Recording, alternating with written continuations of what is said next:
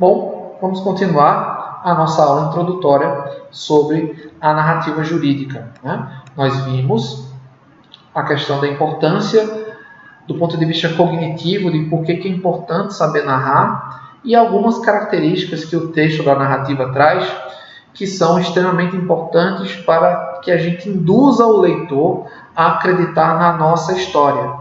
Lembrem-se que o trabalho da narrativa é um trabalho de convencimento. Aliás, a atuação jurídica é sempre uma atividade de convencimento. Eu estou sempre tentando convencer alguém de alguma coisa.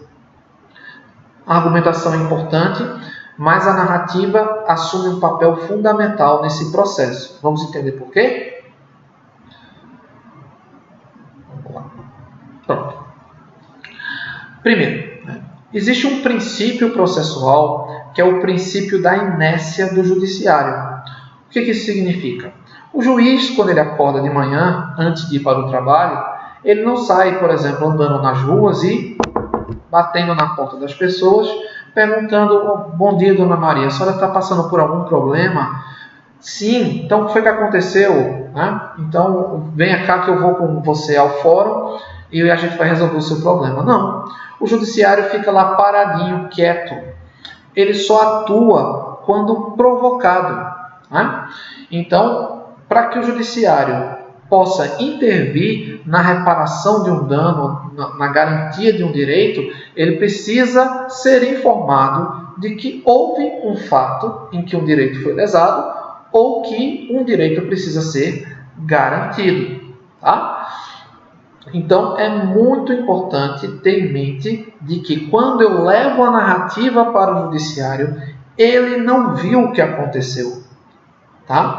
Então, eu preciso dar nessa narrativa todos os detalhes, todas as informações para alguém que não presenciou, mas que vai decidir juridicamente com base no que ele está lendo nessa narrativa. Então, é aquela ideia, de você sair correndo para contar. O advogado, uma vez que você é procurado, vocês, futuros advogados, operadores jurídicos, quando vocês forem procurados nas suas diversas demandas, seja como advogado particular, como profissional liberal, ou como membro do Ministério Público ou da Defensoria Pública, vocês serão procurados, alguém vai contar a vocês uma história, e essa história vai chegar ao juiz, ao judiciário, através de uma peça que você irá elaborar. Então, veja, é alguém que conta para você uma história, você vai dar um tratamento jurídico a essa história para informar ao judiciário. Só aí sim é que ele vai ter ideia, vai ter conhecimento do que aconteceu. Só que um dos princípios que sustentam o processo é o princípio do contraditório. A jurisdição, ela se baseia no fato de que, para tomar uma decisão, eu preciso ouvir as duas partes. Professor, e por que a narrativa vai ser tão importante assim? Se ele vai ler a minha, vai ler a da outra parte e depois tomar uma decisão. Está explicado. A outra parte também vai se manifestar.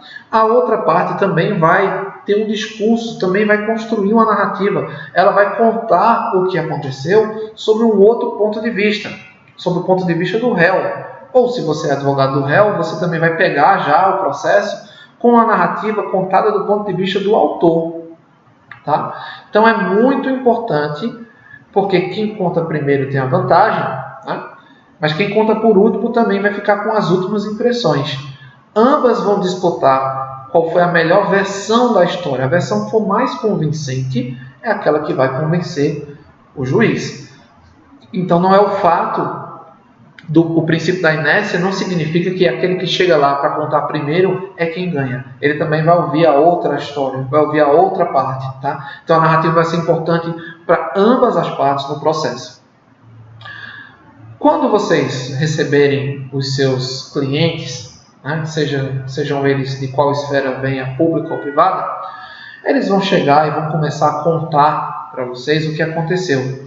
Só que como é próprio do ser humano, é muito provável que essas pessoas comecem a contar não só o que aconteceu do ponto de vista do fato jurídico, que é o motivo pelo qual eles vão lhe procurar, mas eles também vão contar uma série de outras histórias, vão contar a história da vida inteira, né? Tem até um memezinho aí que circula por aí, eu perguntei como vai, a pessoa me contou a vida inteira. É mais ou menos isso.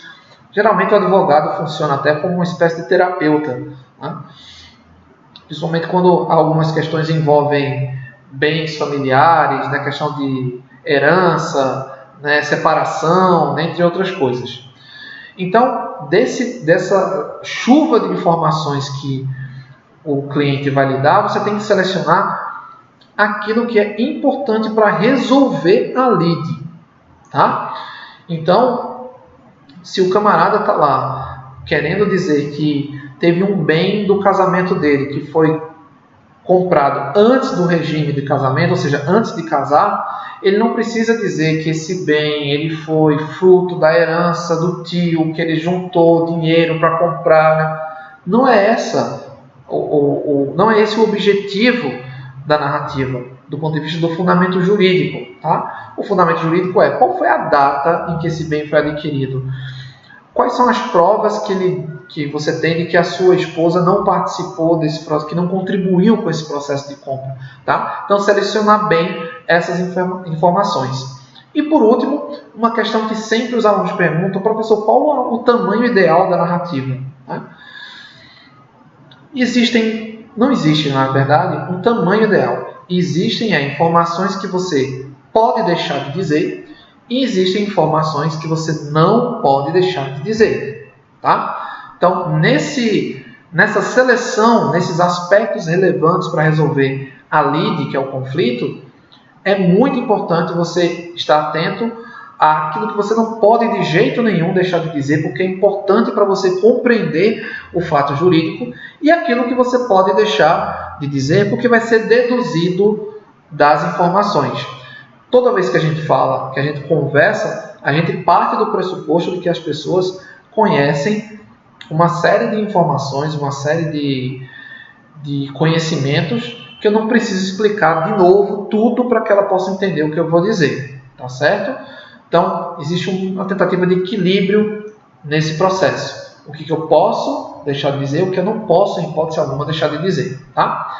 E para encerrar essa nossa primeira aula, eu vou chamar a atenção de vocês para a nossa legislação processual civil, tá? Deixa eu maximizar aqui.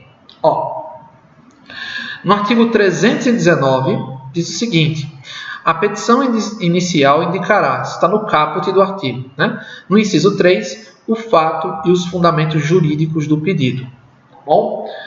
Primeira informação importante. Gente, quando a gente fala fundamento jurídico do pedido, é a narrativa dos fatos trazendo um aspecto que diga ao judiciário que existe ali um direito a ser reparado ou um direito a ser respeitado, consagrado, garantido. Tá bom? Não é a fundamentação legal. Fundamentação legal são as leis que vão amparar o pedido do autor, tá? O fundamento jurídico do pedido é você demonstrar, através da narrativa dos fatos, qual foi o direito lesado ou qual direito precisa ser garantido, tá bom? Então, pelo que a gente vê na petição inicial, a narrativa ela é de fundamental importância, porque é nela que o juiz vai dizer se aquele caso merece ou não ser administrado, ser julgado pelo judiciário. Tá certo? E aí, no artigo 330, tem um outro conceito muito importante, que é o conceito ligado à questão da inépcia da peça. Tá bom? Ó, no artigo 330 diz, ó, a petição inicial será indeferida quando, tá? Inciso 1, ela for inepta. Inepta é o contrário de apta. Inepta é aquela petição que não está apta a produzir efeitos jurídicos. E aí no parágrafo 1º diz, ó, considera-se inepta a petição inicial quando inciso 3, da narração dos fatos não decorrer logicamente à conclusão. Observem como é importante produzir uma narrativa coerente, com início, meio e fim, em que nessa narrativa eu demonstro de maneira clara e objetiva que ali existe um problema jurídico a ser solucionado.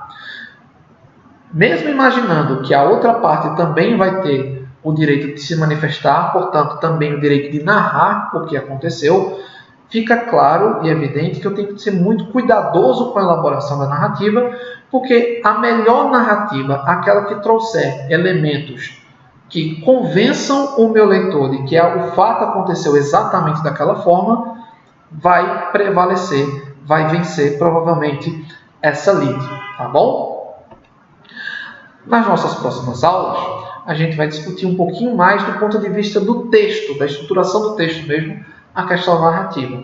Eu queria nessa primeira aula que vocês percebessem o quanto é importante saber narrar juridicamente. Tá? Isso é extremamente relevante, tanto é que a nossa legislação processual observa a qualidade da narrativa como um critério para definir se o autor da ação, ou se o réu, enfim, a parte envolvida, ela deve prosperar em relação aos seus pedidos formulados na peça, tá bom?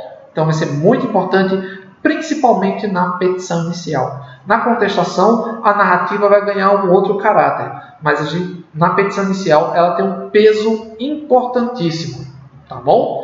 A gente vai se encontrar nas próximas aulas, continuando ainda um pouco com essa questão da narrativa, que vai permear aí a nossa segunda unidade ligada à questão da petição inicial. Certo? Um forte abraço e a gente se encontra na próxima aula.